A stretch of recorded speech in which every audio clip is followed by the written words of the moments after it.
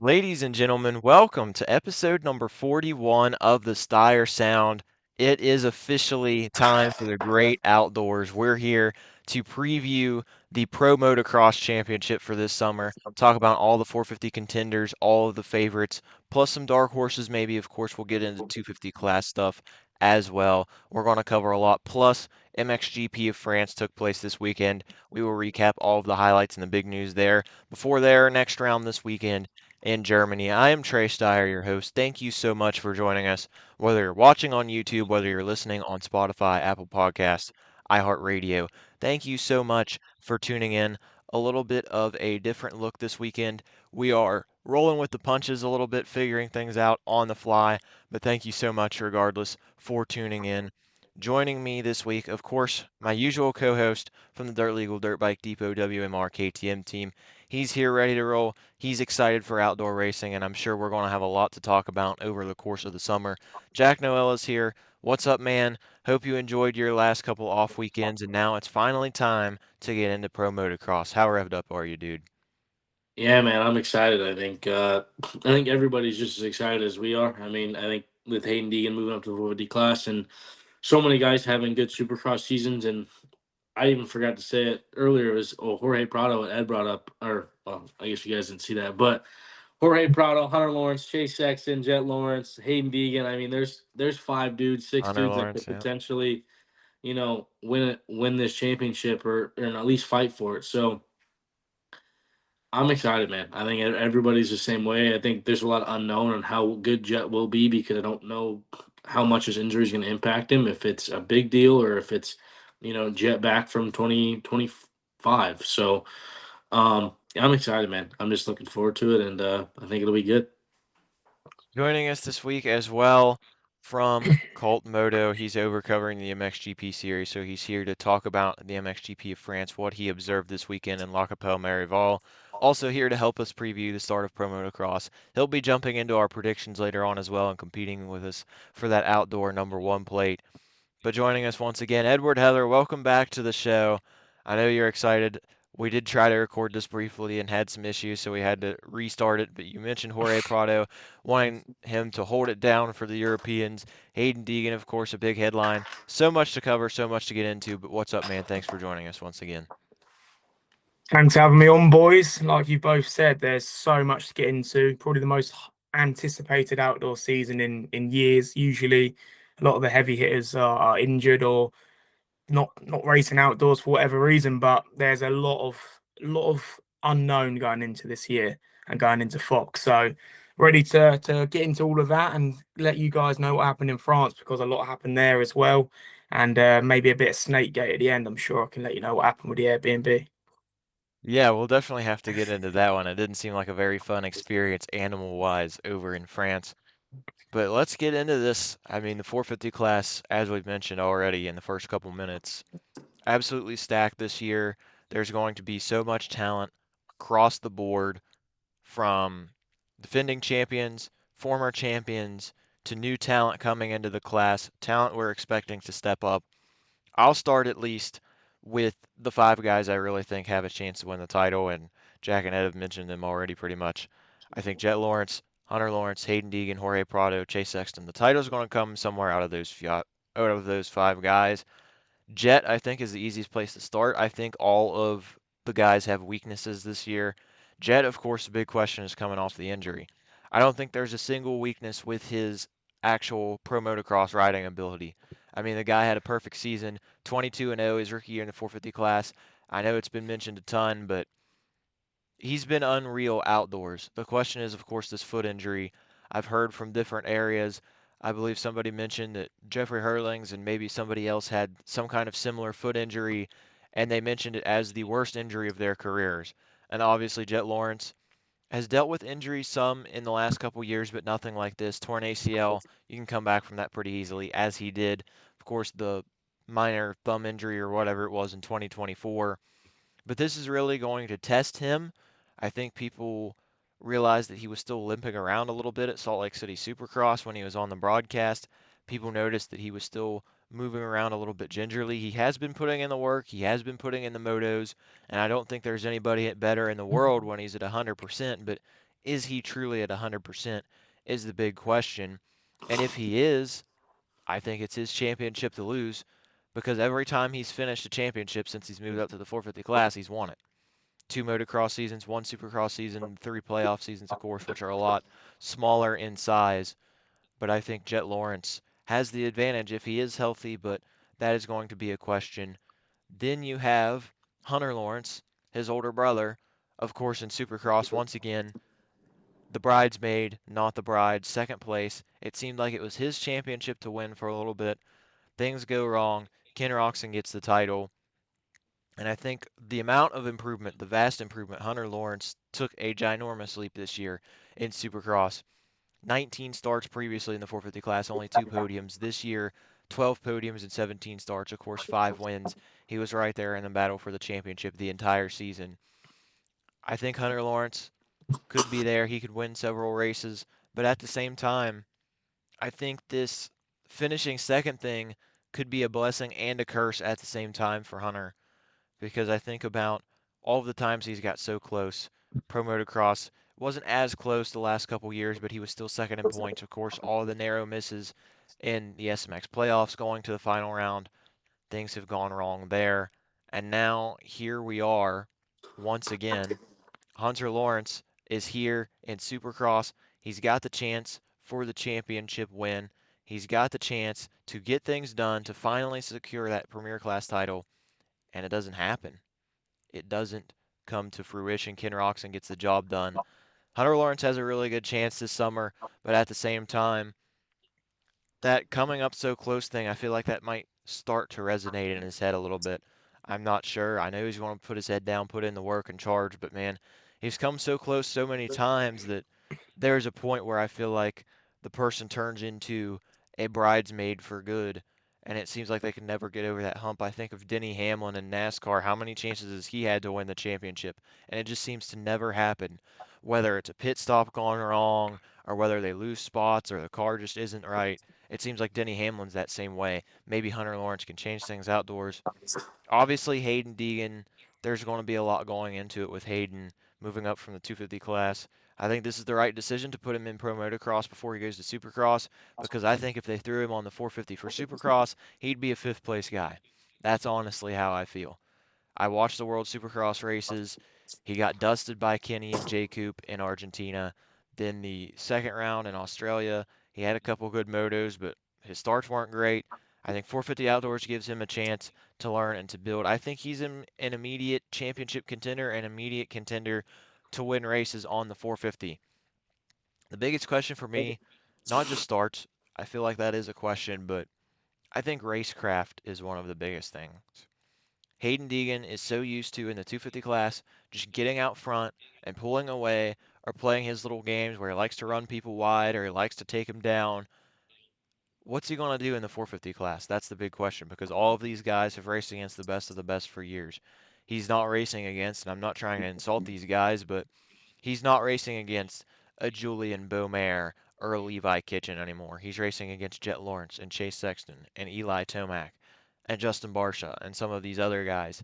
I think racecraft is going to be the big question with Hayden because we know he's fast. We know he's got the fitness. We know he works hard. None of that is the question, but to me, the question is the racecraft. Is he going to be smart? Is he going to ride and just try to pass people? Or is he going to be like, yeah, I'm in the 450 class now. Let's try to run it in on guys or try to saw off front ends? Because I really don't think that's going to fly. That and all of the look backs I've talked about that as one thing that drives me insane as a fan. It's like, bro, you've got the speed. You can pull away from these guys, and the different occasions where he knows somebody's back there and he's like waiting for them to take him out or make a run at him, and he's looking over his shoulder constantly. I don't feel like that's going to suit him well this summer. Then the other two guys, Jorge Prado, I think is going to improve this summer. Of course, last year we know how much he loved that Kawasaki. It was such a great relationship between that two. Like rainbows and lollipops and unicorns, just perfect utopia relationship. Obviously, now on the KTM, he's back on a very similar bike. Of course, he won his two 450 titles over in the MXGP series on a gas, but you know, red KTM, red Husqvarna, whatever you want to call it. Pretty much the same bike Jorge felt confident in Supercross. It seems like a completely different person because he's been smiling. He's been pretty happy this year. He's been giving some banner back and forth and talking with some of these guys. And last year, you didn't really see or hear any of that confidence. My question for Jorge is, if we have a wet weather race, we know he's notoriously not very great in the mud. Last year at High Point, I know he didn't like the Kawasaki, but I was watching him get worked by Brad West and Scotty Verhege. If there is a mud round, can Jorge put things together? Another thing I think about, somebody's mentioned the other day, sometimes he struggled in the heat. Obviously, the East Coast races with the humidity, those are going to play a toll on the body. The dry heat in the West Coast is also going to play a bit of a factor, but I think Jorge has the speed, he has the talent, he has the starting ability for sure. His starts in Supercross were unreal. I think 6 hole shots in 14 main events for Jorge, which is almost a 50% rate, which is insane. He's going to be up there. I think Jorge has a really good chance to be in there and compete, but he's going to have to answer some questions as well. And then Chase Sexton, I think, is more of the outside shot at this rate. Supercross year one on a Kawasaki didn't really go well at points. He had the phenomenal ride at Anaheim too, and then just kind of disappeared for a while and wasn't really in the forefront. He does win that main event at Salt Lake City, but there's so much chaos going on with the title fight. Chase, I think if he's firing on all cylinders, he can absolutely rip off wins. He can absolutely hold the red plate and challenge for the championship. But this year, it really seems like Chase Sexton hasn't been the full Chase Sexton we've previously witnessed on a KTM or a Honda. I think those 5 guys are the top 5 in the class, but each and every one of them have questions. I'm going to send it over to Jack first. I mean, there's a lot to cover in those 5 guys, but there are also so many questions. Usually we go into the year and we think, oh, this guy's dialed. Like, we don't have to worry about anything. But between Jet coming back from injury, Hayden's brand new to the class, Jorge's never competed for a championship yet in America in terms of being in the actual title fight. There are a lot of things that could go wrong for these guys. What are you looking at as some of the big keys to this outdoor championship for those 5 riders I just mentioned? Well, first and foremost, I just want to say I think Hunter Lawrence is the most prepped guy going into this series. I think Hunter Lawrence coming off I think you might be right. the best season Supercross wise of his career. I think 250 aside, like 450 wise, he's had a really rough go in Supercross. It's not been like it was this year, where he's winning races on the podium constantly, super consistent. Like minus the Detroit race, and I think that was it. Was the only time he's really ever outside the top 5. Um, so that to me is just what's really the most impressive is that Supercross there's so much more room for risk and stuff like that. And obviously it bit him in the butt in Detroit, but at the end of the day, he was the second best guy in Supercross, and at days he was the best guy in Supercross. You know, that first half of the season, you know, until that round in Detroit, it kind of was the Hunter Lawrence show. And he kind of regrouped it and brought it back for a couple races, and then Ken Roxon just kind of swung the momentum his way and brought it home. So it's just to me, Hunter Lawrence has just got that chip on his shoulder of like, look, my brothers beat me all the time, and he's coming off of a career year in Supercross. I think it's just like the one for him to win is almost like a it's either going to happen now or it's never going to happen. And it seems like he's the most prepared to come into it. He's healthy. He's come off like I said, a great year. And all these other guys, like you said, have kind of like a question mark on like their head, like what are they going to do in these situations? Etc. Like Jet, I really don't know how good he's going to be. Like I think he's going to be good. Don't get me wrong, but like, does it affect him late in a moto, or does something happen? You know, after the 20-minute marker, and how does he feel? But that's the same thing I think about. Is like we all thought the same thing after his ACL injury. Came out went 1-1 Apollo. Like I mean, you really can't like say much about Jet because he's just Jet Lawrence, like borderline the greatest to ever do it. I'm not like to go perfect in your rookie year and then win a Supercross title year in your first year, like that's pretty damn impressive. Like, and I don't think that's pretty. I mean, Ryan Dungey did it, I guess, but like then Dungey went on a cold spell for another 5 years until he got back and Villapoto kind of took the reins. But like we all know that Jet is the guy to beat, and everybody can acknowledge it. I don't think you ever really get that in this sport. Like, yeah, Stu was really good, Reed was really good, but those guys only ever won 2 championships each. You know, in each class or whatever it was.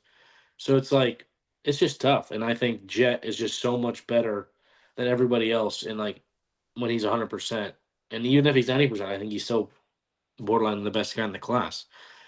So that's what I don't want to be like. No, Jet's not going to be a title contender because like no, it's Jet Lawrence. Like we all have to not acknowledge who he is. So that's kind of what I say about him. Deegan, I'm very interested to see, man. I feel like you said, it could go either way. Where he's kind of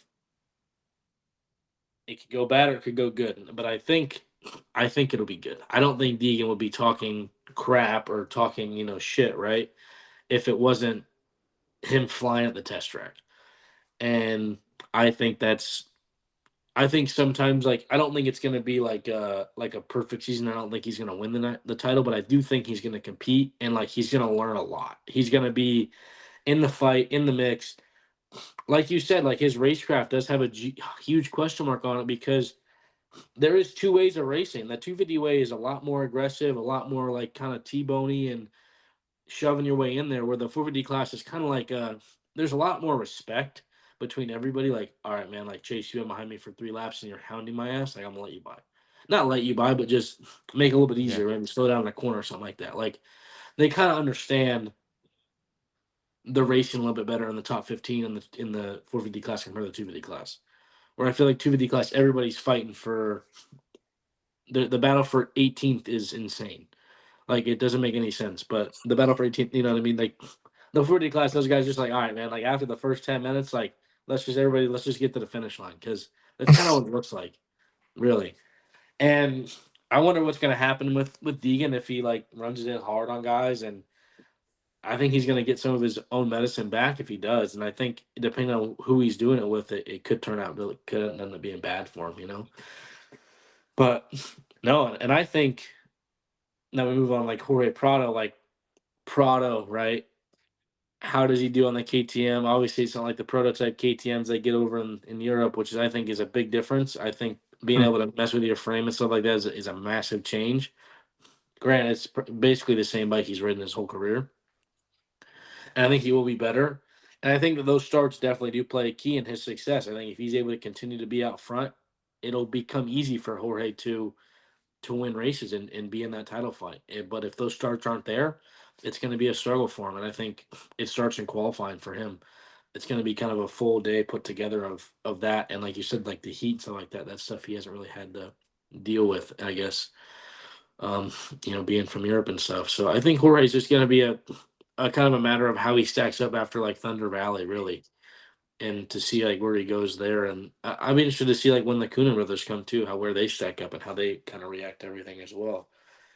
And then Chase, I think it's I've been from talking to him, like he says it's going good, and like that's a personal thing. So I mean, I don't think he would lie to me in that sense of like, yeah, no, it's not like terrible, but I think it's better than the Supercross situation was for him. I think that's something that's good. And I think him winning in Salt Lake was the only way he keeps himself like positive going into like outdoors, because this whole 3 week break, like if he'd have gone there and got 6, like what's his mentality like for these last 3 weeks where he's been home, and but he's been riding this high since Salt Lake, going in Impala. So that for me, Chase is such like a mental like roller coaster. Like his highs and lows are really quick. Like they kind of build up and then break down, build up, break down, build up. Like it's very like up and down. Where like Hunter's been on like a steady climb. It's just kind of weird. So if he can continue to, keep the ups and downs like smaller and keep building throughout the year, I think he'll be in the fight for sure. But knowing Chase, something will happen. He'll probably storm back off to the pits, but who knows? Who knows? And then honestly, just because I want to throw this out there because I think this actually he has a chance of genuinely winning races is Dylan Ferrandis. You guys, nobody brought him up. Nobody brought him up. I was sold until Stopwatch Nationals. That's all I'll I say don't even there. give it. Screw that stuff. Like screw the offseason crap. Like he don't give a rip about that. The only reason he did that was because Troy told him to do it. But Probably. Fair. the end of his Supercross season was really good, and I haven't seen Ferrandis ride that good in a long time. And I think him being a 2021 Motocross champion, he knows how good he is. I think he's better when it comes to the East Coast tracks, anyways. I don't think he's a Cali guy. I think he's more of an East Coast dude, and like he's raced his series at the best, at his best level ever, probably. I think he's got a good chance to win it, or not to win it, but to be in the fight. Sorry, I retract that statement. I don't think he's gonna win, but he'll be in the fight though. I think he'll get a couple podiums, and that Ducati will look better You could. than anything than what we've seen in the past. Because Ducatis took honestly all the right steps, I think, to be successful in this Pro Motocross series with sending Caroli over and getting the data they needed and stuff like that to kind of help these guys be successful. So yeah, I think Ferrandis is somebody that could steal a podium here or there, be inside the top 5. Kind of for me, he's like the guy that I'm like, this guy's going to surprise people with his results this year. And I think it could be one of those things where we see Ducati get a win as early as this year. Like I think if anybody's gonna do it, it's gonna be Ferrandis. So I'm excited. I'm excited for outdoors. I normally don't get excited. I honestly hate watching outdoors. Like it's honestly not fun unless you're there. Like it's fun if you're there, but outdoors typically it's like it's 250 class. The last couple of years have been just digging out front and it's boring. So we'll see. I mean, I'm the opposite. I love the great outdoors. That's my thing. I prefer motocross to supercross personally, but Dylan Ferrandis, yeah, I do think he could get a couple podiums. Winning, I'm definitely not there, but I do think that his track record speaks for itself. He improved at the end of the year, and as you mentioned, Ducati has way more time, way more preparation in motocross. Not just Cairoli coming over last year, but you think about the MXGP side of things, where they competed in the series last year before going to America full time this year. I know they're struggling a bit this year, but they also changed teams and changed personnel, so it's a big jump over in the GP series this year. I do think Ducati are going to be firing off pretty well this summer. And you mentioned the Coenen brothers as well. We'll also talk about them in a few minutes. But Ed, I'll go over to you now. We just mentioned all of these championship guys. You can throw in a spoiler as well. But Justin Cooper's another name we haven't brought up. Maybe a guy that gets in there and tries to make some noise. We know he's great at starting. We know he's got speed and pace, and he's usually pretty consistent. But Ed, to you, what is the biggest thing that jumps off the page to you going into this outdoor season? I mean, there's so much hype and anticipation, like you said. I mean, this might be the most anticipated pro motocross season since I've started watching personally, which was back in 2013. What is it going to take for these guys to really get a hold of the championship and get a stranglehold over things? Well, the biggest question, yeah, is obviously this injury, and Maxime Renault and Jeffrey Herlings have both had the same injury before. I believe they both openly admit that that's the hardest one to recover from, or the hardest injury that they've recovered from. And from them two to say that and admit that, they've had some gnarly injuries. So it's certainly not going to be a walk in the park, let's say, for him. However, like Jack did touch on, he is the best guy. Like, I'm not to say that Deegan in a couple of years can establish himself and he has got that potential to throw his name in there. But at the moment, going off facts and championships, he is the best guy. So I think even if he isn't his best at Fox or Hangtown and Thunder Valley's getting a little bit back into it, as long as he's in and around the mix, he's then just going to go on a tear, or has the potential to go on a tear through the sort of second half of the season, let's say. Now going in, but I don't really want to comment on him too much because you just don't know. Like we could all look like idiots. He could go 1-1 this weekend, qualify fastest, and it's just like, I'm fine. And then going on to the second biggest question mark, Deegan. Now, I think he's going to play his games. I think from the get-go, he's just going to be doing this in qualifying in front of Jet. I wouldn't be surprised this weekend he is making a beeline for him because he smells a weakness. He almost like senses the blood in the water and then he pounces on it. And not to say that's going to work, but it hasn't failed him yet. I mean, the SMX playoffs last year probably didn't go in his favour, but he kind of his hand was forced in that sense to try pull something out of the bag. I think his best chance to win to begin with is probably this weekend, though, weirdly, because that track. I was listening to a podcast the other day, and Michael Lindsay said he's probably spun the most laps there than anyone in the world, which is, You grew up there. probably, to be honest. And I know it's different layout and stuff, but it's if you've ridden a bike before, you understand. Like you've got your places you like, even at my level. You got your terrains you like, you've got your places that you like, and I think it could bite him a little bit though, playing these games early on. If he gets a bad start and he's trying to make way go past Barsha for ninth and he's just running him up wide. Barsha don't care. Barsha in the next corner, he'll ruin both their races just to teach him a lesson. And you touched on in sort of WSX as well. His racecraft was highlighted a little bit or lack thereof, but I'm a I'm a big believer in him. I do think he's going to figure it out and he's going to be firmly in it. Hunter, I kind of want to, or kind of feel like it could be an AC 2019 sort of vibe, like that heartbreak. Even though he didn't throw it away himself, he wasn't leading and just crashed, but it's going to fuel him. I think what he's proven in his career after all these injuries, contemplating retirement, like basically not showing his true potential until the last couple of seasons, that he's only going to get better. I don't think we know where his ceiling is. Maybe he's at it, but I don't think he is. I think there's a couple of percent extra in Hunter, which is going to put him well within the title hunt. And as well as that, you mentioned about how many second places he's got. They're going to stack up with how stacked this class is, because you might have Deegan win one weekend and then Jet wins another weekend and then Eli comes involved, but then Jet's off the podium. Just for example, when he's getting back to full fitness, and then Hunter's second, third, second, a win. That's going to all accumulate quite well.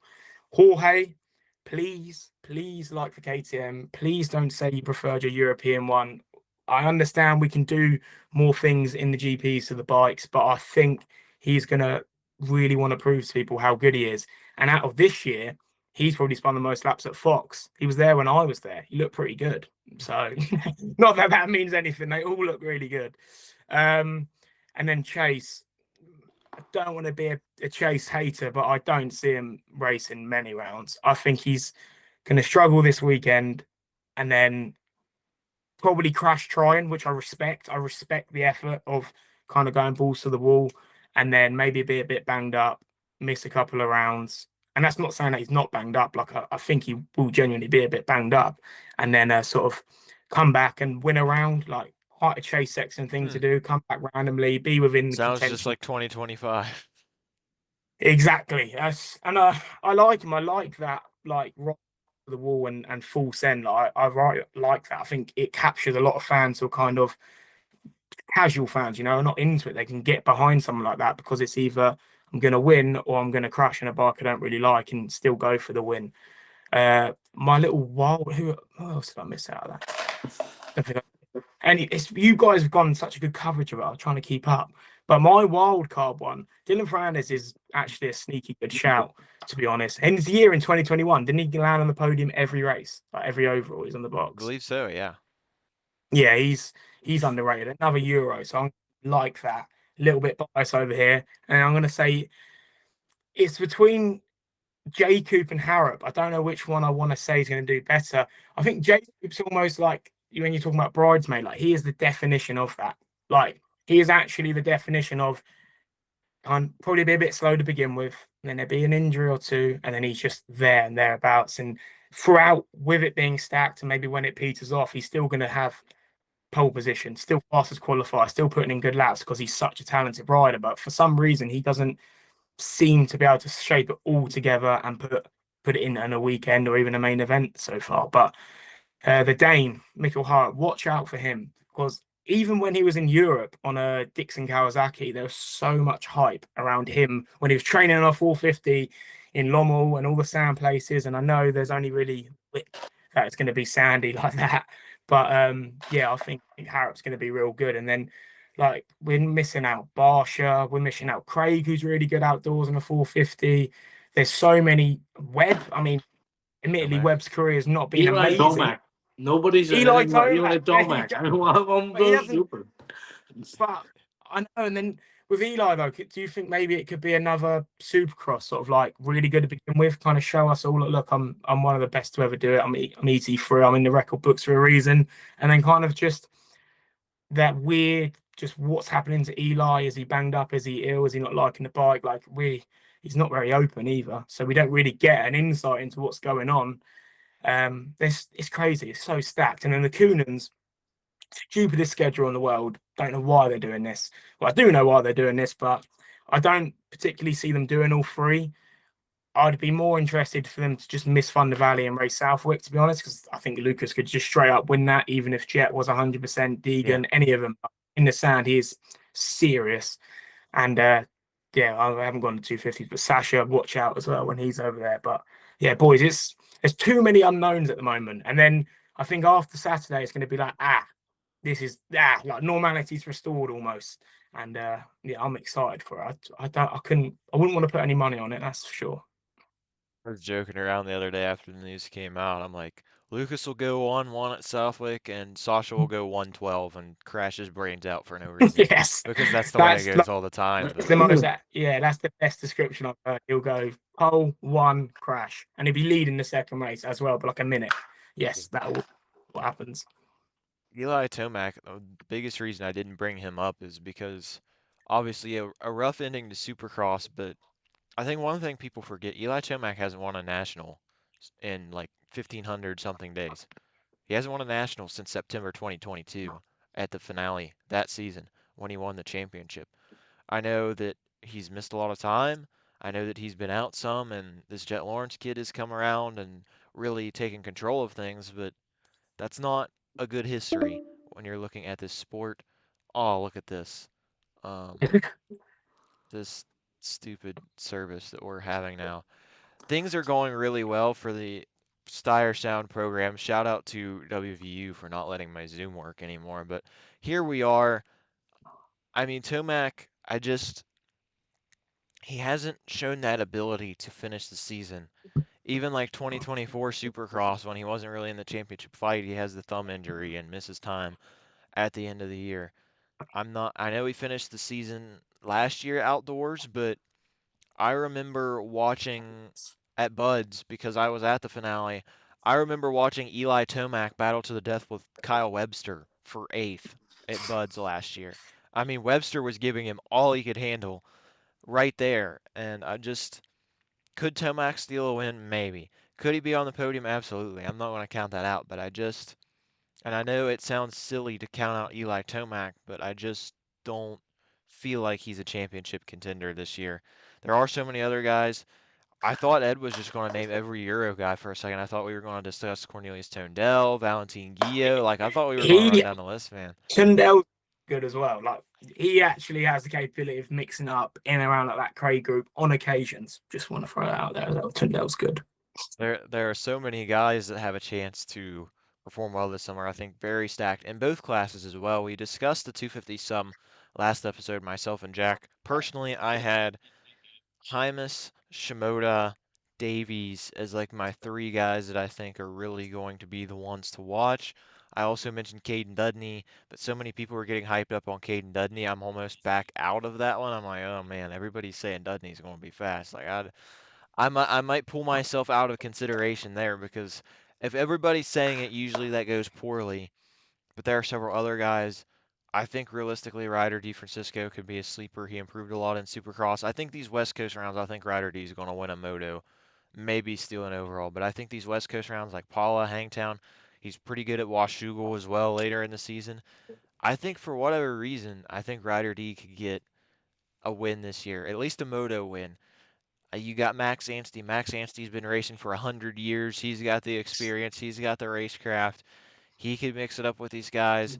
Levi Kitchen, maybe, but he's won a grand total of one race in the last 18 months, so that's not in his favor. There are a lot of guys 250 wise, and I'm sure we'll talk a little bit more about it. But Ed, you weren't on last week's episode, so you can talk about your top contenders for the 250 class here. There are so many unknowns. It's weird because it's only really one guy moving up. I guess two if you want to count Harp moving up as well, but Hayden's really the only guy that's moved up, and all of a sudden, because of how dominant he was, and of course the Lawrence brothers were like that before that, it's like, wow, it's a brand new class. It's a brand new world. It's open now. Who do you think are really those title contenders to watch in the 250 class? Yeah, like you said, this is like the most open class ever. There's probably 8 guys who are telling themselves that this is my title to lose. I can win it. I'm going to come out at Fox and sort of stamp some authority. But the HRC boys, they're like 1A and 1B for me. I think I'm leaning more towards Joe. A little bit put off with the injury, and obviously he's like there's just the stopping momentum, stop start, and he's just a little bit of misfortune. But it's the same with Hymus. Like he has had such a stoppy starty career. It's like as soon as it looks like it's going, it stops again. As soon as it gets some momentum, it stops again. So I think them boys are going to be really, really good. Davies is like, I back it. We'll figure it out. But I just don't know what he is like outdoors. Buds Yeah. last year, obviously, got the moto win, a third place. Let's call it. It was a third place, which shows that you can do it. But it's a long slog, isn't it? 11 rounds, 22 motos in the heat. All these, like, how many nationals has Davies even raced? Like, he's going to be learning these tracks as well as he goes. There you go, two nationals. Like, I'm not too confident to jump on that bandwagon and say he's going to go and figure it out. But then you look how good he is in Supercross, Yeah. and dare I say, generational talent, like, or looking like he could be. Then you kind of back them to all figure it out, and then Levi Kitchen. How do I say it? Like, I don't I don't know about Kitchen. He, other than the year when he first went to PC and he was really good indoors, like really, really good, and it was like sweeping triple crowns and stuff. I just don't I don't know. Like, I just don't really I don't have as much hype around as him. I think he Yeah. can win a race and I'm the win, same way. like, for example. Like, I think he can do that, but I just don't have confidence in going, that's my guy, he's gonna go out and win a title. And then Ryder D, good shout, but then I maybe I'm wrong. I don't watch. I'm not there in the race in America. But like, is his fitness as good as the rest? Is they? Thank you. I think it's There better you than go. years past, but good point. But I never like riders that lack in fitness. I never. I think that's a big problem. I think you're very limited when you don't have a gas tank. To be honest, you can see that in any level of riding. Like even from first place to 20th. Like some guys could easily run that pace and then they're 30th because they're eating McDonald's on the way home. And not that rider D's doing that, obviously. And then you got people like Bennick, great rider. Don't really know what he's like outdoors. Uh, yeah, there's so many. Cameron McAdoo, leave him away from Fox. Don't take him to Fox. We can leave him He's well on the home. intro And list, then Seth, bro. I want to go with Seth Hammock, actually. That's my Uh, last ride I was to talk going to about. mention Seth as well, if you didn't. He starts really good. Am I remembering correctly? Last year, Millville led a lot of the race, or one of the races, I think. He was up there for a Uh, little bit, but he did get some moto podiums, but he just wasn't quite consistent enough to get overall podiums. He was up front, and then I think he wadded, and then yeah, J Mark. Seth Hammaker. Yes, it's Seth Hammaker vibes. But he has openly admitted he's figured out his health issues. I think it was his shoulder or something along those lines that he's got them figured out. I think the last 2 years of just having the title kind of literally taken out of his grasp by RJ. This year just been beaten by the better guy, the better rider. Stems similar to Hunter, where it can kind of snowball and come out swinging, and where a lot of it can be mental. So if these guys are telling themselves, "There's no Deegs, I don't have to worry about Deegs. I can beat everyone else." You can almost trick yourself into it and find that next level where all these guys are like very very similar. But I reckon Joe and Chance are your 1A and 1B at the minute. Them and the bike's proven. Look at how many wins other than Deegan. But pre Deegan, they were dominating that class. Post Egan, the doors open again for them boys. But yeah, 250s is ridiculously stacked as well. I mean, I think as well, even without the factory guys, I think there are riders like Maximus Voland and Dylan Schwartz that could get in there, and I Yeah, don't think they're going to Schwartz. necessarily podium or top five all the time, but those guys have the potential to really spoil the party for some of those factory guys to get in there, to steal points, to really turn heads. Jack, I mean, we've just mentioned like 25 names, it seems like, and I know we mentioned some guys dark horse wise last week, but are there any other guys that are on your radar that maybe we haven't mentioned or just briefly covered that are standing out to you? I mean, there's so many guys that it's like if I think we could all kind of agree, like any factory guy right now, if they went out there and won, we probably wouldn't be like, oh wow. I really feel like it's kind McAdoo. of in that mode. I No mean, offense to the guy. Our minds would just be, well, yeah, but like guys like that, I don't think are gonna win. But like like all of the guys on yeah. Star really, or even like it's just kind of like, Michael Mosman. There we go. Fox Raceway winner, Michael Mosman. could Nate be, Thrasher. could be, like genuinely could be, and we wouldn't be like, oh wow, that's Thrasher nuts. Like somehow I feel goes like it's 10-1 for the overall and the most Thrasher result ever. yeah, I feel like Honda's got a 250 title like in the hands of them right now between either of their It's guys. dangling in Whoever front of him for sure. whoever stays healthy, I think is gonna win. I think if anybody's gonna dark horse a year, it's gonna be a guy like Levi. Like personally, I know you guys are kind of talking down on him, but I think Levi's the only one that has like that. Well, he's the only one that's like won. Like really, like any sort of like outdoor races, like he's He's got led the laps. potential. Like I think he's the only guy that's like you look at that's like not Joe and Hymus. That's like, yeah, no, he could do it. And like Davies too. I think those are the only two guys that like other than Shimoda and Hymus that are like genuinely like in the fight to me, and even like Hammaker too. But Hammaker's never won outdoors, so Hammaker's got like a little bit of like figuring out what to do. But I think it's kind of he'll be better than years past, and he's growing. So yeah, I really don't know. I'm kind of like whoever wins Fox and whoever is in the top five is probably gonna be the top five for the rest of the year. To be completely honest with you, so that's kind of how I look at it. And like whoever can, I honestly think whoever stays healthy and like doesn't have like a blow up moto is gonna be who wins the title. Like I don't think it's a matter of like speed really this year because I think they're all on such similar levels. It's like if Hymus and Joe are like on and they just don't lose, it's like all right, then we all kind of expected that. But then if those guys are kind of off every so often, it's like then you see a guy like Levi win or Davies win or whoever, like everybody will be like, okay, like makes sense. Like nobody's gonna like kind of like thinking, why did that guy just win a motocross race? Which then we could see somebody random win an outdoor round like Manier or Dudney, who or Dudney seems to be like an outdoor guru of like, holy crap, this guy's disgusting. And then even like Juju Bomayer, like I don't know how good he's gonna be, but he's racing. So I don't know. I really just don't know. Like I'm so like uneducated on like the 250 class outside the top 15 or like outside of Deegan and Hymus and just Shimoda and those guys. Like I really don't know who could step up and be all of a sudden really, really good. Like it just doesn't make I don't know. I don't really know. Casey Cochran, I don't know. He's been riding outdoors for 2 He's months. got potential, dude. He's fast. He's shown it at times. He led a bunch of laps for Podium. Louisville a couple years ago. I think he'll Yeah, podium at least once or twice, but I just hope for him, his sake, because he's out at Husky or Yeah. KTM now. Like I hope he gets a factory ride. I think he's got But to put in a good summer to earn that. But there's I so agree. many guys, man, in that 250 class that could mix it up and could really shake things up. It's going to be a wild summer for sure.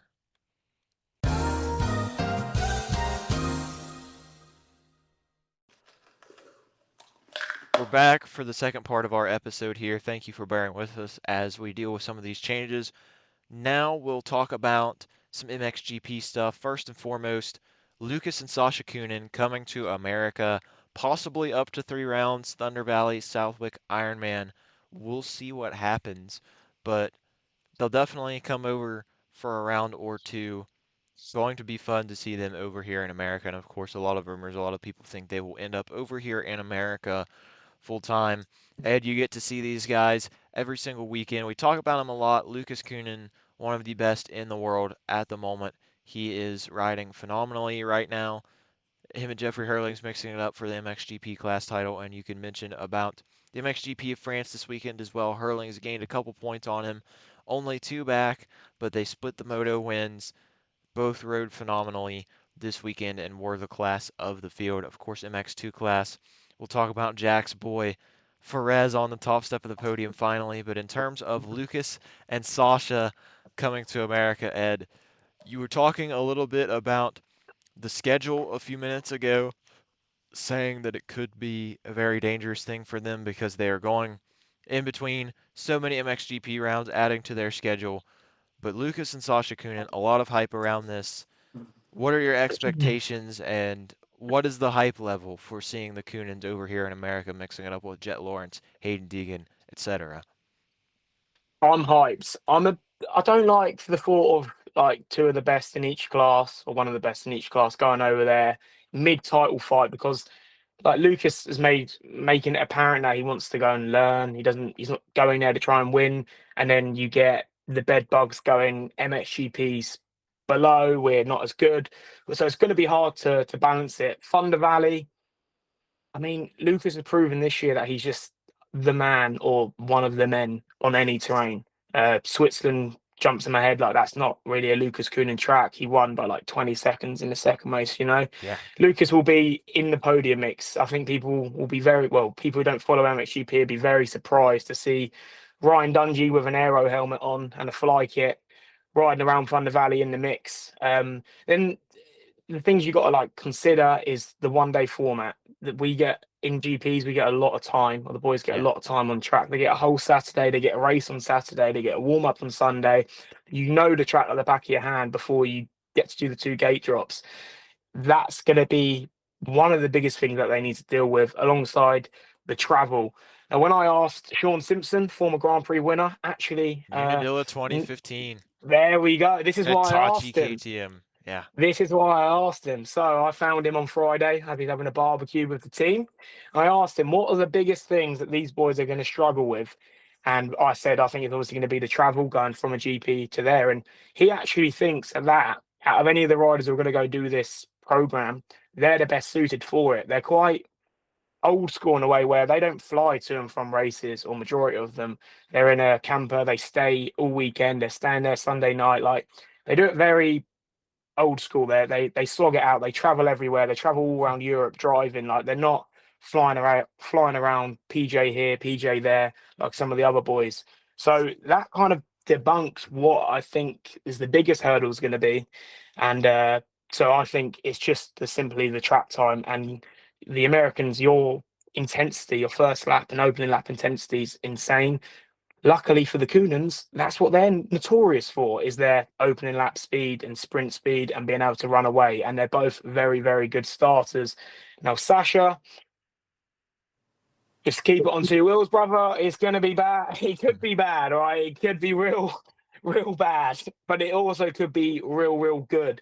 And he's done a pretty good job at ironing out those mistakes prior to France. I think the break kind of took him back a little bit. Like the momentum was getting there, swept Trentino and then halted. But he definitely could go and win. Like I think he could win Absolutely. at Thunder Valley. He could win at Southwick. Like his speed, a bit Never been biased, a but I think question. yeah, exactly. I think his speed, he's got a higher speed ceiling than them boys, but their race IQ is, yeah, fair to say, a little bit better. So yeah, just keep both of these boys safe. I'm a little bit worried that they don't really care about GPs that much. So like I don't think Lucas is actually thinking I've got to go back and win this title. I think he actually is kind of lying a little bit in the media and saying, no, I just want to go there to learn. But in reality, he wants to go and win. Them boys didn't even grow up watching GPs. They know nothing about GPs. They only watched America. So yeah, it's going to be interesting. You're going to get to experience the father Coonan, who's very intense as well. He's definitely not scared to shout his opinion to the boys. I've seen Sasha win a race in Turkey and be in tears because his dad is giving him both barrels that he made a mistake in this corner and he made a mistake in that corner and he lost time over here. So it's going to be a whole thing. I think the Americans are quite like the Coonans as well. They're not your typical Europeans. They're going to be very happy. I remember interviewing them both in Ironman. It's the biggest grin I've seen on a pair of their faces in my whole time of going to the races and covering them. But they've definitely got the ability to win. They've got the ability to at least be on the podium, and it's just going to be interesting to see them piece it all together and yeah, fly from. I think it's 1 week they get off now from now to the last round of the GPs. So I hope they, I hope they don't want a rest because they're not going to get one. But saying that, do I think they're going to do all three? No, no. If the title's this close, they're not sending them to Ironman and then to Turkey. Like the Monday after flying from wherever Indiana is, Indiana to Turkey. I don't think it's going to happen. But Thunder Valley, Let's see. Luca's in the podium contention, and Sasha's either going to win or he's going to get a win or die trying. It's the Sasha Coonan way. That's for sure. Briefly, we'll talk about the MXGP race this weekend in France. Very tight track, very Oh, hard to pass in different places. Ed was there, so he can have a lot of insight on this. But we mentioned the 450 class. It was really Jeffrey Herling's Lucas Coenen. Surprise, surprise, the two guys that have been the best all season long. Trading Moto wins, Lucas wins Moto 1, Jeffrey wins Moto 2. Lucas is right there behind Jeffrey, hounding him the entire Moto. Jeffrey doesn't break, he's not phased. Those two get the win. Roman Fevre, the defending champion, gets a podium at his home race. a wild start crash between Tom Vial, Tim Geiser also involved, a couple other guys. Tom goes, fades wide, hits the bank, and then just shoots over to the left again, goes down. Bikes were flying. There was a red flag. Tom and Tim were not allowed to line up because they were going to be on their spare bikes. The MXGP officials are like, no, you can't get on your spare bikes. The race technically started or whatever. So they weren't in the moto, lost a bunch of ground. I think it was trending toward Hurlings versus Coenen anyway, but that really doesn't help. Vial and Geiser now really in danger of being left behind if those two continue to rip off wins and keep fighting at the front. Unfortunately, as well, Thibaut Benestant, brutal crash in Moto 1. He was left on the track for a while, not moving. Roman Fevre went scorched earth on the medical crew, the track officials there for not getting him out. We still haven't received an official update, but of course, we're all thinking of Thibaut. Hopefully, he is able to make a full recovery out of this. Once again, we don't know the details yet. Recording this Tuesday morning. Hopefully, we get some news soon. Hopefully, things are better than expected. We're praying it for you, thinking of you, Thibaut. Get well soon, mate. Then in the MX2 class, I mentioned it a few minutes ago. Guillaume Perez goes 1-1, perfect day, controls the first moto, gets out there after Sasha goes down. Like you said, win or die trying. Sasha Coenen goes down lap 2. Perez takes control. Then Moto 2, Giannis Rezulis. I was stoked to see the rookie up there. Valan and Rezulis, I like watching those guys for whatever reason. And Rezulis led most of the moto, but I feel like the heat, maybe the pressure of leading, he's a rookie, not really used to being up front. The pressure of that may have got to him. Maybe also the heat a little bit. Maybe not quite the fitness it takes to win a race. He's not used to fighting up front there yet, but he had a great moto. But Perez gets by McClellan, almost stole the win from him on the last lap, at least the moto win. But Perez keeps it together 1-1. McClellan gets second overall, Valan third, 2-3 and 3-2 for those guys. And the first podium since Teutschenthal 2022, I believe, without a KTM or Husqvarna on the podium, which was, I believe, Benestant Gear Tarup when I saw Yep. that stat last night. So no orange bikes on the podium or a white bike. Pretty wild considering KTM has a stranglehold over that MX2 class and has for 15 years at this point. But Jack, I know you're stoked. Your boy finally got a win. Give me your thoughts on the MXGP race this weekend. A lot of fun action. We got two more rounds coming up right after this. We had such a long break. That month off, it seemed like the season just got started, but now we just had France. We have two rounds, Germany and Latvia coming up after this. It's really going to shape, I feel like, how this championship turns out. Yeah. I mean, I spoke to Gillum about 2 weeks before this past weekend and just kind of I talked for like an hour. We were just chatting it up, talking about life, whatever. And then I asked him this question. I said, hey, like you feel like you're still in this, right? He's like, oh, yeah. Like, I'm not. Like, everybody says, like, oh, I'm 40 down. Like, I'm here to get a couple wins or whatever. He's like, no, like, yeah. I'm like, I yes. He's like, yeah. He's like, anything can happen. Like, I mean, I had two bike problem races. Like, I should be right in there already. And it's just, I've had two races where my race has gone to crap. Wasn't able to really score any points. I'm like, yeah, true. Like, that's very true. He's like, yeah, So I was just like, yeah, man. Like, I think you have what it takes to be in that title fight. And he's like, yeah, 100%. Like, I just haven't been able to get an overall win yet, but like, it's coming. So for him to go out there and lock a Pell and go 1-1 right away after the break, like, I think after a long break like that, to see like kind of who's still there and kind of in the fight, like Sasha looked really good still. I mean, Valan looked really good, and then obviously Gillum. I think those three guys are.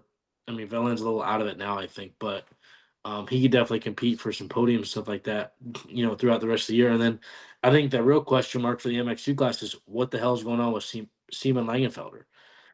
Like, really, because I was talking to Ed a little bit before, we got on the or before we started recording. I was like, he just looks like he doesn't like a fish out of water almost. Where it seems like he was Mr. Consistent and would never be off the podium, last year. And this year it's like crashes and small mistakes turn into big mistakes and just can't seem to put together, two good motos. it's kind of like raising the eyebrow a little bit of like, is he able to, get the train back on track and figure it out? So I think this weekend kind of showed like, and even like McClellan getting second as well, it kind of helps Gillum in a sense of like knowing like, yeah, my teammates pushing me every week during training, and like we're both fast enough to win, and it's good. So I'm just I think the biggest thing leaving La Capelle is the question mark surrounding Simon, and if he can hold on to that lead, which I think he can. I mean, we all know he's capable of doing that, but it's if does Gillum keep rolling with this train of wins and start clicking things off and really like build momentum and take the red plate, because I think if he loses the red plate, it could be like a Hunter Lawrence situation where he can struggle to get it back. So I don't know. I'm just interested to see kind of how everything stacks up for the MX2 class in the next four races, right? I think that's going to be key. So, and then the MXGP class, I think I just want to touch on this because I don't understand why Lucas would leave in the midst of a title fight. It doesn't really make a whole lot of sense to me. Like if I'm KTM, I'm like, hell no, dude, you're not leaving. Like you're staying here. You're gonna rest up. You're gonna do whatever. But like, because I think it's like, I mean, you look at Tom as him going back. I don't think if those guys, I mean, I think if those guys do come over here, they do have the opportunity to go back. I think anybody that does do that, like, will have that opportunity again. But Lucas to be able to win a title at what's he, 20 years old? 19. Like Yeah, that's pretty turns crazy. 20 at the end of the year. Like I don't know who the youngest ever do it is, but like I think he would be one of them, right? Yeah, for sure. Definitely. So Normally they stay in their class till the 20, like early 20s easily in MX2. So I don't know. I think for him being only 19 and being that good on a 450 outdoors already is pretty crazy. But I also think because once you win a world title, you cannot go race a 250 in America. I believe that's it. Not that he would like sell the world title, but like I think it's probably like he's like, if I don't win it, it's not a huge deal. Because I think Lucas, I think personally he should race 250 Supercross and then race 450 Yes. outdoors. Like I don't think he should race a 450 on Supercross. And No. like he's really young, and like Supercross is such like a 450 on Supercross is a lot. And though he is a bigger dude, but it's like, why would you take that risk? And then you give yourself, instead of you're running 33 races, you as soon as you come over here, you're running 20. That's a whole lot less. So I don't know. I just think like racing Supercross 250 wise and then racing the 450 outdoors would be more beneficial for him.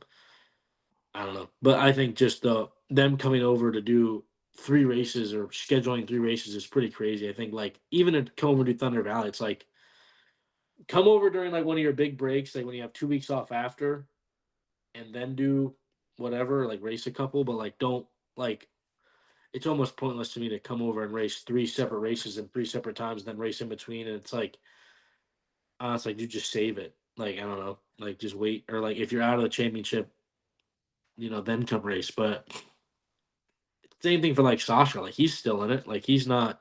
He's only like 15 down from Simon. So it's like, and if I'm him, I want to win a title too. So it doesn't make a whole lot of sense to me.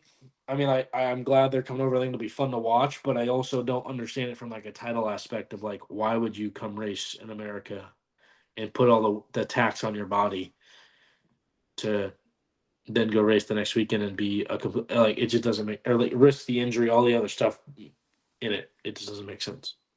One thing people say in the paddock is like, use Jeffrey for an example. He races every off weekend. It's quite like a European thing. They get paid decent money for Europe standards to go and race the British Championship, the Dutch Championship. But I don't really take that on board because Dutch Championship, British Championship, AMA Pro Motocross, little bit different intensity, little bit different competition, isn't it? Like, I think you're right. Like, I just stewing on that. Like, what would they respond to that? And that's definitely one of the things that comes out of the camp and comes out of other people's mouth is, well, the other boys race, but they're not racing Jet, Deegan, Hunter, Eli, and 15 other factory boys. They're racing carpenters, carpet fitters, guys that work in a restaurant, and then a couple of decent guys. Ben Watson, yeah, like that's their toughest What? competition. In the Whoa! Ben Watson's good, mate. There's no shade on the Watson wagon, I think, mate. He's a good rider. GP I'm not winner. saying he's bad, but like I mean Yeah, I he know ain't what you winning mean. I know what you GPs. You know what I mean. mean? No, it's not yet. Not yet. Real quick before we move on, I'll mention the 250 points race as well. I said that Hurlings is now 2 back. Langenfelder +8 on Coenen, but Perez is only 20 down. 20. He's hanging Yeah, in there. boy. He's closed up. He cut half the gap pretty much in one race. So that'll be fun. Any last quick observations from Ed because he was there at the track this weekend, and also Airbnb horror stories from France? Yeah, there was some horror stories.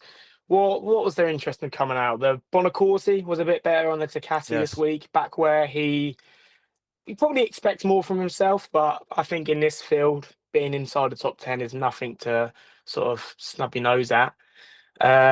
Renault has some sick kit. It was the every X-ray bit gear. of it. Yeah, Yeah, it was that like was the so X-ray of nice. where he was, like where he's had injuries and where he's got plates, which is pretty sick as well. Pretty different. We normally don't have cool kits or like cool ideas, so it's cool to actually see some GP getting some sick kits. And yeah, for Federer to get on the podium as well in a home GP at his home GP was pretty cool. The crowd there, I can't explain it to you. It's like the French love it. They absolutely love motocross. It's huge. I can see why they've got such a crop of talent and so many people that, like, or so many good riders. Even sort of like Patrell, for example, he was back this weekend and he was okay. You know, he's another getting in between some of the guys for the points. But yeah, the class of the field is the two out front now. Now with what happened with Tom, not being able to use the second bike and Tim, but Tom also they're out of the title hunt now. So it kind of just separated for Jeffrey and for Lucas. And like you touched on, just sending my thoughts and prayers out to T-Bolt because you wouldn't wish that on your worst enemy. And I think it's quite sickening, to be honest, that they didn't red flag that race. Seeing him unconscious on the floor for like Egregious. 5 laps, it's just disgusting, to be honest. I don't know whose idea or who didn't think that should be red flagged. But even if it meant, the events postponed or cancelled or whatever, like the riders' safety's the utmost importance, it's priority. And yeah, just fingers crossed for the boy that he can pull through and yeah, make a full recovery. Yeah, I mean, I didn't see the incident personally, but I heard Fevra spewing off about it, and it's It's like, how do you disgusting. leave a guy on the track for that long, especially if he's not moving? Like, red flag it, take a break, whatever you need to do. I mean, it's insane, but a lot to talk about. Of course, we've got 2 more GP rounds coming up this weekend. Germany this weekend, Latvia next weekend. Hopefully, no more snakes, no more bugs, no more Oh yeah, craziness in sorry, your the snakes. Airbnb. Yes, this the quick one. The snakes turn up to our Airbnb. Wake up the following morning, 2 meter snake. Don't know. I'm not a bloody snake expert. We don't really get them in England. Just at the front door. The host was like, "Oh, did you see both of them?" We're like, "No, mate, we didn't see both of them. Where's the other one?" And he showed us a video, and it was like slithering into the crevice of the wall of the actual house. So we live with two nice big snakes. He was like, they're not deadly, but ChatGPT said otherwise. They said that they are deadly. So and there was GPT. one in the Triumph awning. Actually, it just come out the bush out of nowhere, went over the fence into there, did a 180 and come back out. So Maybe that's why Perez won. MXGP, Maybe he got a little bit of yeah. snake venom and just ah. But yeah, MXGP catch the fever. We go to weird places. Even in France, you think you're safe, but you're not. You're really not. Airbnb horror stories with Edward Heather. Stay tuned for more details in the future. All right, here we go. Let's go and share my screen. Hello. Don't know how this is going, but here we are. I'll try to quickly run through the entry list. Of course, brand new season. So, of course, a lot of names on here, but 250 class, this might not be fully updated yet because it is new. It is still Tuesday, but Hammaker, Volan, Schock, Mosman, Thrasher, Forkner, Davies, Ross, Turner, Kitchen, Long, Anstey, Welton, Mumford, Towers, Linville, Kelly, Dudney, Manier. I don't know this fella from Switzerland, Tim Janin, I guess. I'm not sure. Not familiar with this guy, but most of these other fellas, Ed's not familiar either. I see him shaking his head. Russell Pacheri, Nick Romano, Cameron McAdoo. Of course, you go on further down. Brock Bennett is back. Oh, Landon Gordon's finally been added to the entry list. I guess he's not doing Loretta's, or maybe he's doing Loretta's and doing a one-off. Just Interesting. ridiculous if he is. Deacon Dino is full-time pro now on the Triumph. P Murph is back, real P Murph. Shout out to him. Go watch You Standing Is It Anyway, episode 5, because there is a real P Murph sighting in that episode. Joey DeSanti, Dirt Bike Depot legend, on the entry list. Ty Freehill's in here. We got Dude, Chase join Haynes. us. No way. Yeah, Joey DeSanti. I think he's running the outdoors. No, he's not. Yeah, we got Gavin Betts out here turning full pro. B-Ray. Noah Gordon, who is an off-road guy for the RPM Racing KTM team. You will see another guy from there. Timbo, Train, honk, honk. We're going there. Jace Allred on an orange bike is weird. Preston Massiangelo will be on a pink KTM. Mathis Boiralme is back on the Yeah, boy. 737 KTM. He'll be mixing it up for points. Nico Israel from Santiago, Chile. Jesse Jacobson running the 999, which is cool. He's got the KTM drip. Shout out Juice World. Triple 450 J. class. We've got Webb, Sexton, Ferrandis, Smith, Harp, Cooper, Marchbanks, Deegan, Harrison, Lacurcio. No Honda as well. I guess Honda's not showing up this weekend. No Honda on the entry Jack list don't yet. fancy it. Jack Chambers on a 450. What Yes, the heck? Jack Chambers on a 450. Rod Bell, Whispering Smith, which is a great name. Also Ham on a 450. We're going Ham in Paula, Hamden Hudson on a 450 for There's no PRMX. way that's right. There's no way, because I'm pretty sure there's Chambers on a 450 does not surprise me, but No, I think Hamden he on is a on a no, I 450. don't think that's true. I think that's BS. Daniel Portolin is back. Connor Visger back on the beta. Miles Monty, California legend in there. Dakota Bender, 2025 Stopwatch Nationals legend. There's Tondell. Mason Simmons, off-road guy who scored Magnus points Smith. last year at Paul. Yes. Yeah, Magnus MX2 Smith as fella well. from I Denmark. didn't know Yes, he was over there till Stopwatch Nationals. And then, Magnus yeah, Smith is the there. He boy's was in over. the Ultimate Rider show thing. Dante Whatever that was. Oliveira's racing. Yep. Holy. Dante's racing. Ryan Surratt is racing, another off-road guy who used to race full-time.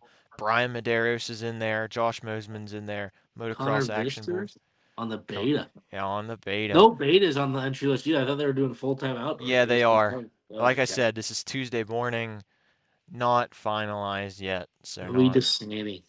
That's crazy. Joey DeSanti. Just keep Here an we eye on go. Magnus Smith's girlfriend. Fair play, Magnus. You have smashed it out the park there, young man. No, I just wanted to throw it in there. He is. I want to shake his hand. Fair play, mate. Fair play. Fair play, lad. Fox Raceway, 450 class, 250 class. Our random spot is 9th. I should have also copied. I'll change the colors later because we're a little short on time, but Toy Jin Fall. I think I was that's the just from proper Germany. spelling. Germany this weekend. MXGP class. What is happening here?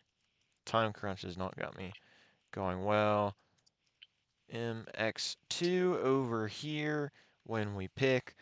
We'll go ahead and do GP predictions first because I feel like we have a lot better idea of what's going to be happening there. Jack's going to be picking. Ed's I going to be picking. can pick Jack's already. Like I can pick Jack's picks. I'll go I know who ahead. Jack's going. Teutschenthal. I think Coenen gets back in the win column this week. So I've got Lucas Coenen. I've got Jeffrey Hurlings. P3, that's the one that really rotates now. I think it's going to be Geiser this weekend. I picked him in Lacapelle. There's the Lacapelle predictions, by the way. Ed did gain 5 points on us, but realistically, none of us did very well. MX2, Teutschenthal, Langenfelder, home race. He's got to answer after this last weekend. I think he does. Langenfelder takes the win. I think we're going to see Valan P2. I think Ferez P3. Sasha Kunen's going to do 212 or 2 fence or whatever he's going to do. But that's my picks.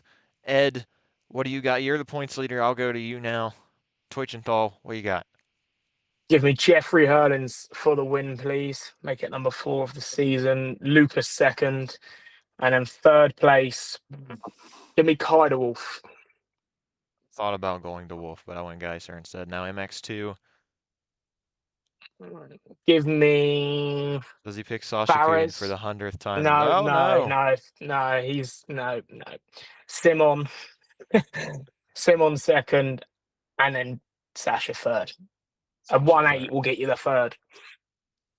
Jack? GP, Hurlings is going to win. Coenen in second. I don't even know. Number 16. No, he's not. He's kind of hurting. I don't know how good he's going to be this weekend. I don't even know. Just give me Renault. Screw it. Maxime Renault. MX2 class. Do you have Perez winning 2 in a row? Yes. Shocker. Then give me MC for second too. Oh, Triumph McGrath. 1-2 again. Oh yeah, and then I'll do Everts in third. Liam Ever. Oh wow, look at that. Oh, Big he's swings. Simon is not in his good books. He's gone. All He's right. off. Fox Raceway Pro Motocross. Also, I'll do champ predictions as well. Try to keep it like I'll do my champs first. 450 class. I've got Jet Lawrence. I mean, Oh, Really, I know Nick? it's That's a tough one, huh? I know Tough one. it's such a hard pick, but I don't Death Taxes and Jet Lawrence when he's healthy. I mean, come on now. 250 class definitely a lot harder, but I just go back to one thing. Shout out to the guys over at Motocross. Horses don't stop. They keep going. Chance Hymas is going to be your 250 champion. Horses don't stop. They keep going. My podium predictions for Fox Raceway. I think the streak is over. I didn't know why I bold that. Jet Lawrence will have a tough moto this weekend. He'll win a moto, but I think for whatever reason, he'll get a bad start. Something happens. Something goes wrong. He goes like 5-1 for some reason. I think he's got to start really deep in the pack. I'm going to go Hayden Deegan, P2. I think Hayden Deegan could win a moto this week. I think a lot of people could win a moto, but I'm on the hype train. Jorge Prado wins at Paula. Bro did not put Rebel Hunter Lawrence. KT. You know the way you just did that? You didn't put Hunter Lawrence on your podium. That's I didn't actually put Hunter Lawrence on my podium a lot during Supercross, and it worked out well for him. So he shouldn't complain if he watches this for some reason. But I mean, there's so many guys you could pick. 250 class, horses don't stop. They keep going. I think Chance is going to start the year with a win. I don't really know what to pick 250 class wise. Actually, I'm going to go Shimoda P3 because I mentioned Ryder D winning a moto. For whatever reason, I picked Ryder D to win Anaheim 1. It almost happened. Ryder D wins a moto at Fox Raceway this weekend. I don't know what's going to happen. Nobody knows what's going to happen. Random spot, ninth place. That could be legitimately anybody. Ninth place in the 450 class. I'm gonna go. I'm gonna go Rick James. I'm gonna go R.J. Hampshire. I think R.J. Hampshire is capable of forgot more, about but RJ. I think ninth place is reasonable. And then 250 class, I'm gonna go Maximus Voland. Max Voland, whatever you'd like to call him. I'm gonna go Max Voland there for ninth. I think once again, he could be better. He could be worse. There's a lot of talent there. Don't know what's gonna happen. Brand new championship. Jack, I'll go over to your championship predictions first. Hunter Lawrence. Hunter Lawrence Hunter wins it. Lawrence. Solid, solid. 250 class. 250. 250. I got Levi Kitchen. Oh Oh, my he's going god! Levi. Really? Yeah, He's I going do. Levi. Pipe All down, right. guys. Pipe down. It's not that deep if it doesn't work out. Winning this weekend, I got Hunter Lawrence, Makes sense. and then second, I got Jorge Prado, Two people saying the streak is over. Wow. and then I got Chase Sexton in third. Oh, Jet not even on the podium. Deegan not even on the podium. There we go. You calling out my podium, and then here we go. All right, 250 class. 250. Shimoda wins. Shimoda, that's a solid pick. Kitchen in second. Hymas in third. Yeah. And then my ninth place, I got. Who do I got? Ninth place, 250 class. I don't even know. I really don't. give me Juju. Is Juju racing? Yeah. I believe so. Yeah, Once give me again, both entry there. list not fully accurate yet, but yeah. If he's not racing though, switch my pick to Gold Davies. Okay. I Got know. him in italics there. Yeah, it's okay. Um, 450 class. Shit. Give me Ferrandis tonight. Dylan Ferrandis. All right, Ed. Quite a lot to talk about, but we're trying to hurry through this a bit. Yeah, because right. We're Jack's- doing it quick. Champ, Prado. No Oh, way, wow. dude. That Yeah. you, Yeah, but you've both taken Hunter and Just want to be different, boys. I just want to be different. you don't have to And be then- different though. Like just Yeah, but you do in this world, Jack. You do. You You've got, when your you ball zig in the Isaac. competition. But if he wins, I'll give you props. And then in 250s, give me Shimoda. Safe pick there, I feel like. 450 class, Fox Raceway. Who walks away with a victory? I'm going to kick myself if it doesn't happen, so I'm going to go with it. The Deegs. He's going to win. If Yeah. he wins, though, actually, it'll be crazy. The danger zone, dude. If he wins, he might actually win the title. It's going to be concerning. Second, Hunter. That streak at Paula just died. Actually, swap that round. Prado second, Hunter third. Swap that round, actually. Swap that round. Two guys with Awesome. dead not even on the podium is actually Yes. mental. 250 Bad. class. All right, who's going to win? Hymus. Horses don't stop. Yeah. You guys forget that Shimoda rode there for like 6 years straight. Shimoda Moto's good. second, man. Thank you. And then third, I can't give you shit about Kitchen and picking myself, so I'm gonna go Aiden Dudley. with Yeah, you can. get Kitchen. You can get third, mate. Prove me wrong. Yeah. Random then- ninth, Marchbanks, V-Money.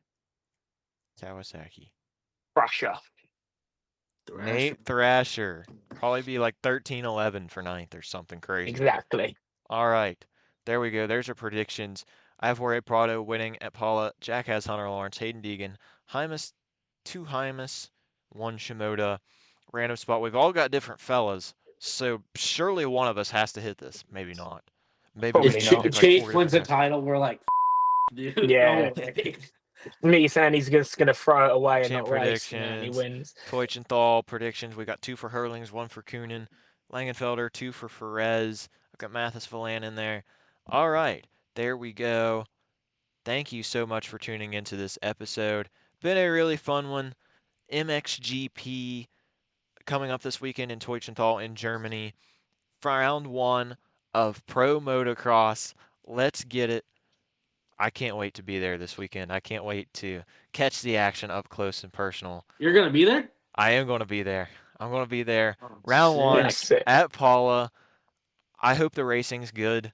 I mean, that track is probably my least favorite in the outdoors, just as a fan, but hey, maybe being there will change my mind. Can't wait for the big presser on Friday. Can't wait to see some folks on Saturday.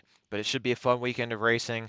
We'll be back next week to recap everything and, of course, Hangtown and Kegham's preview next week. Ed, thanks for joining us once again. We'll definitely have you back on in the future sometime soon. A lot of Next the next weekend, GT bro. racing Every will come. week, just get on, bro. I don't even. Just I get me mean, on, mate. Every I week. just- Give me a I don't message, care. boys. I'm It's fine fun with with it. them. Yeah, we'll bring him Look on me in, again. boys. It definitely makes for a little longer episodes, but hopefully I Screw can it. get some things figured out stream-wise. Thanks for bearing with us as we change some things up. Got some brief things that I want to cover, and thanks for tuning in, everybody. This has been episode 41 of the Stire Sound. Be sure to like, follow, subscribe, do all that fun stuff. For Jack Noel, for Edward Heather, I am Trey Stire. Thank you so much for tuning in. We hope you enjoy the first round of Pro Motocross. Let's take it outside, baby. TGO time.